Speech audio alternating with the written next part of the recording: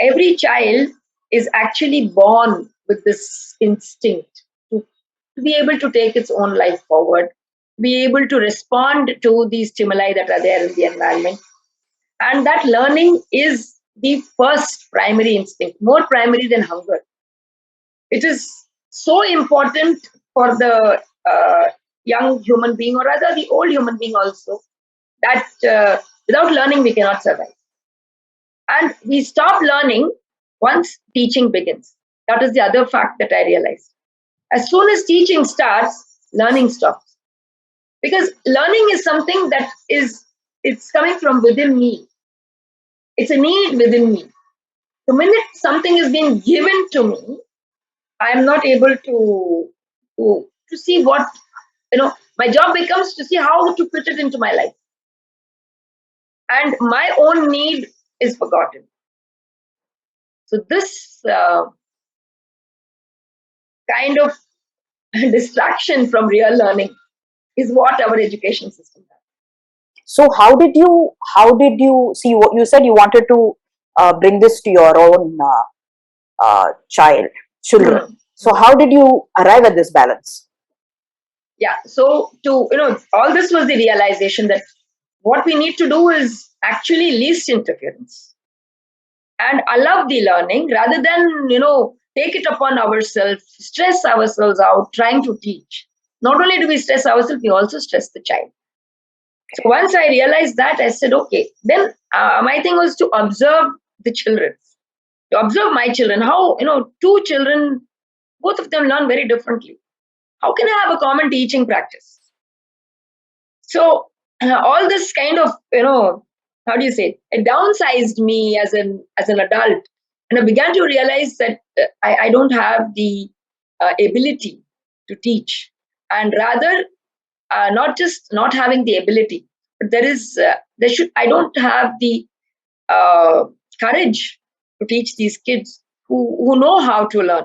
I mean, what am I going to teach them? So I said the best environment is, nature exists. We are all born with our instinct and we are in nature. And nature will take care of the learning because she knows what she's doing. I don't know what I'm doing.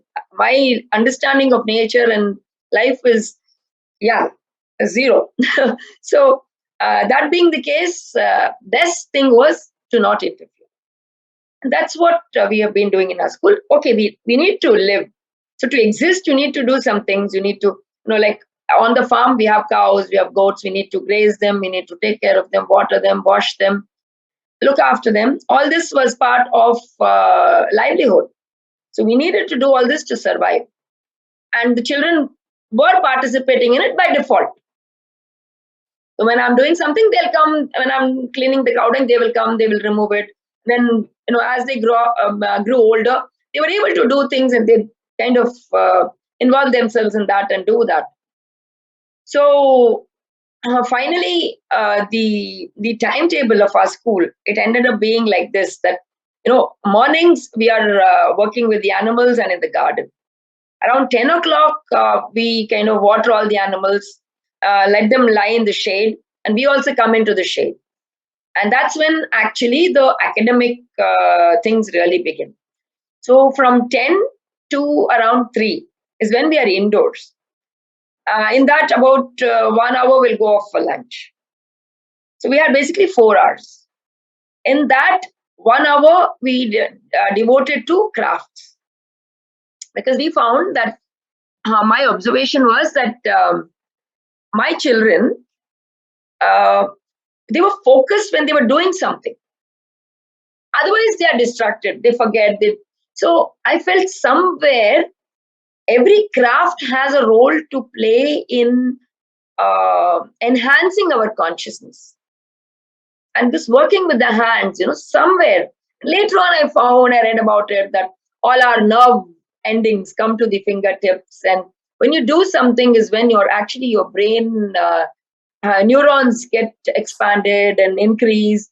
So your whole, all the learning difficulties that children seem to have could perhaps very easily have been solved if they had been able to move.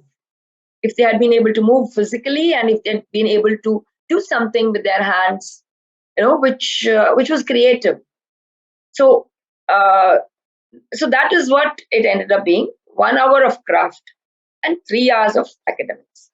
And in that 3 hours of academics also, like reading a book, and especially a textbook, was very traumatic for me, because when I'm trying to create, or at least my dream is to create an egalitarian society where equity and equality are an integral part, and I have this textbook which shows a picture of my family, and their mother is cooking, father is reading newspaper, and children are playing.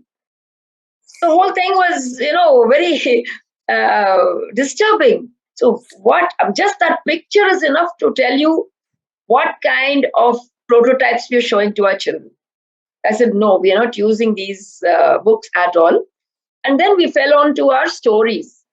So we said, okay, we in Panchatantra, at least we have all these stories which teach us how to live, how to use our wits. So let's go with those stories.